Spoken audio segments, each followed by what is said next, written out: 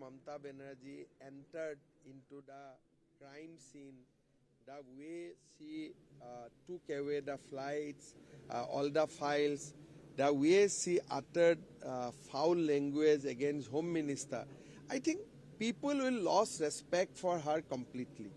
I don't want to comment more, but it is a sad thing if a serving CM goes, hijack files, kidnap people. I think this is too much.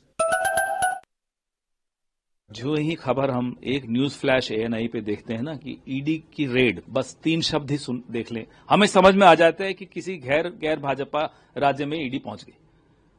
पहले तो एक curiosity होती थी आज से 10 साल पहले कि ईडी की रेड कहां हुई साहब।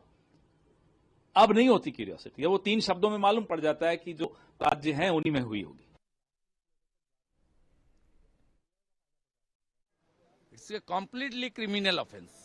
2021 में हमने देखा एक सीनियर पॉलिटिशियन, एक चीफ मिनिस्टर जो संविधान हाथ में रखते हुए ओथ लिया है, उनका इस तरीके से कार्रवाई सीधा संविधान के ऊपर हमला है।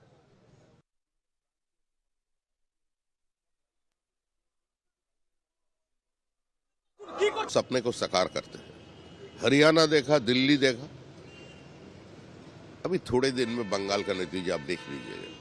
एक बार चूक हो गया, बार बार नहीं। अमित शाह एक बड़ा संगठक है, एक बड़ा स्ट्रैटेजिस्ट है। अमित शाह जिस दिन बोला था जिस बार के चुनाव में बंगाल हम लोग 23 सीट जीतेंगे, उस दिन सभी लोग हंसा। इतना तक भी भारतीय जनता पार्टी का बहुत सारे कार्यकर्ता विश्वास नहीं कर सका। जैसे पोलराइज सिचुएशन में राजनीति करते करते जीतना तो भूल ही गया था, ये कैसे संभव है। लेकिन वो 18 तक पहुंच गया। हमारा ही चूक से हम लोग उसका सपना साकार नहीं कर सके, लेकिन इस बार हम लोग करेंगे। हम लोग तैयारी में लगे हुए हैं।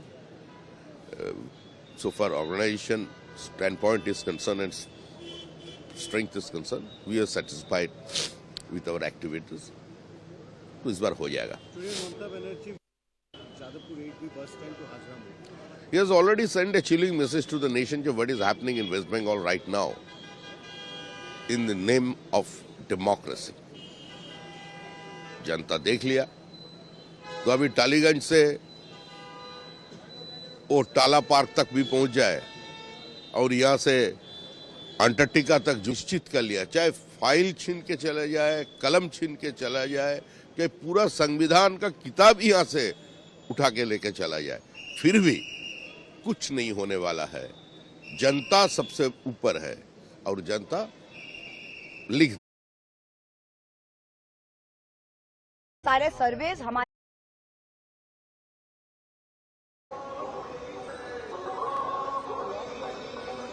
in West Bengal.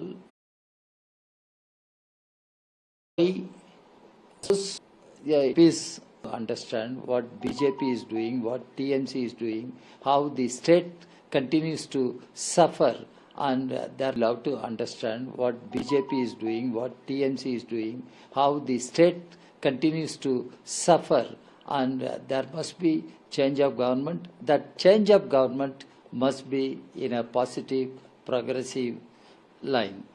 There we will have to wait and see. न सदन के बाहर ना गृह मंत्री अमित शाह और दूसरे कोई मंत्री, इनके खिलाफ टीएमसी पार्टी के कोई प्रदर्शन हम नहीं देखे।